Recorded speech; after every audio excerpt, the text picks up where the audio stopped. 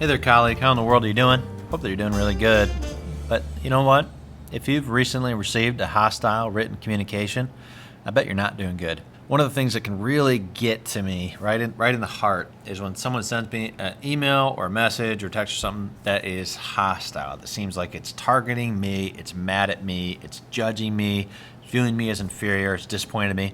Like that type of communication can really get to me. Even as a middle-aged guy who's fairly beyond the I need to make everyone happy stage of emotional life. So when I came across this thing called BIFF by Bill Eddy, Bill Eddy's BIFF, I thought, you know what, this is something worth sharing because it's nice to have a tool that you can use when the emotions kind of get triggered by hostile communications that just helps to defuse, de-escalate, and stop the hostile written communication. You know what I mean?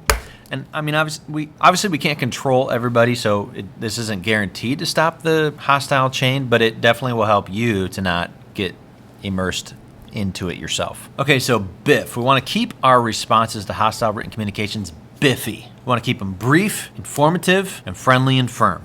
Brief and informative, friendly and firm. Not rocket science, right? But let's just talk about each one so that when we biff our response to the next hostile message we get, we're doing it with full intelligence. I know why I'm using BIFF. Okay, we want to keep it brief because the more words that we write, the more possibility there is for miscommunication, misunderstanding, and the hostility cycle to deepen. So for example, if you got a parent who's mad about a grading practice, there's no reason to write them a treatise on your grading philosophy or like cite a bunch of articles or something like that. Just probably not going to help. A good friend and mentor of mine says that's putting truth over pain. The person who's reaching out to you is hurting, and so if you just respond to that with a bunch of truth bomb them, probably won't solve the underlying hurt. For the informative part, you want to keep in mind that you're only responding to what absolutely needs responded to. You're only answering what needs answered. Don't get into values. Don't report emotions. Do not blame. Focusing on information is like taking a fire and putting a cover over it so that it has no oxygen. So like, for example, back in the day, I used to say, well, you know, it really hurt me when you wrote this, but unless it's someone who I'm engaging in a really deep, sustained relationship with in my life, I don't need to connect on that emotional level. I don't need to like reveal that to them, you know, because as soon as you start getting into, well, this hurt me, that hurt me, you can get into a tit for tat situation that's going to waste a lot of your time and energy. Keep it friendly. Really simple little touches on a written communication can help communicate friendliness. Things like take care at the end or dear at the start. Those little touches can be big. Even a little smiley face at the end of a sentence that you think could come off as colder than you want it to be goes a big way to make sure that it's friendly. So maybe you're one of those people who's just like anti-emoji, and I get you, I feel you, okay? I thought the duck emoji was taking it too far as well. But when writing emails in tense situations, emojis are your friend.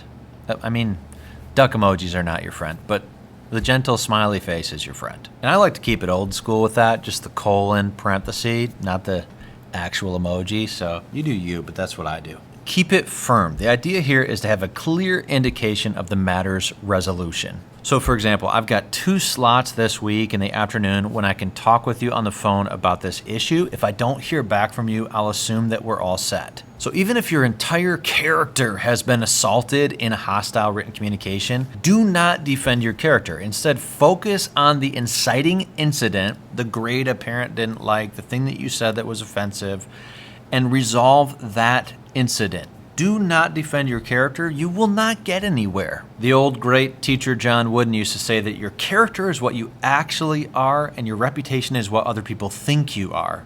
Wooden says, work on your character and don't worry so much about your reputation. That will tend to follow your character. Sometimes people will misunderstand you and your reputation will not be equal to your character. But if you just continue to invest in the development of your character, trying to be a humbler, kinder, gentler, smarter, more thoughtful human being, this will follow. It'll be a lag measurement of your actual character. Couple other quick tips that Bill Eddy shared. One of them is don't give advice. Typically, a hostile communication is not coming from someone who wants to hear your advice on a matter. Another one that he says is avoid admonishment. So don't talk to them like they're a child. Don't scold or chide them. That will not help. All that will do is exacerbate the pain that person is experiencing. which will likely lead to more hostile written communication. All right, I hope this helped. I really appreciate Bill Eddy creating this BIFF idea for us. I write about all kinds of stuff about teaching and the teacher's life in my newsletter. Details on that are below. I also keep making videos like this, hoping to do it every single week, 2 times a week, all this school year. So subscribe and you'll get them. You'll get them right in your YouTube stream feed. Take care.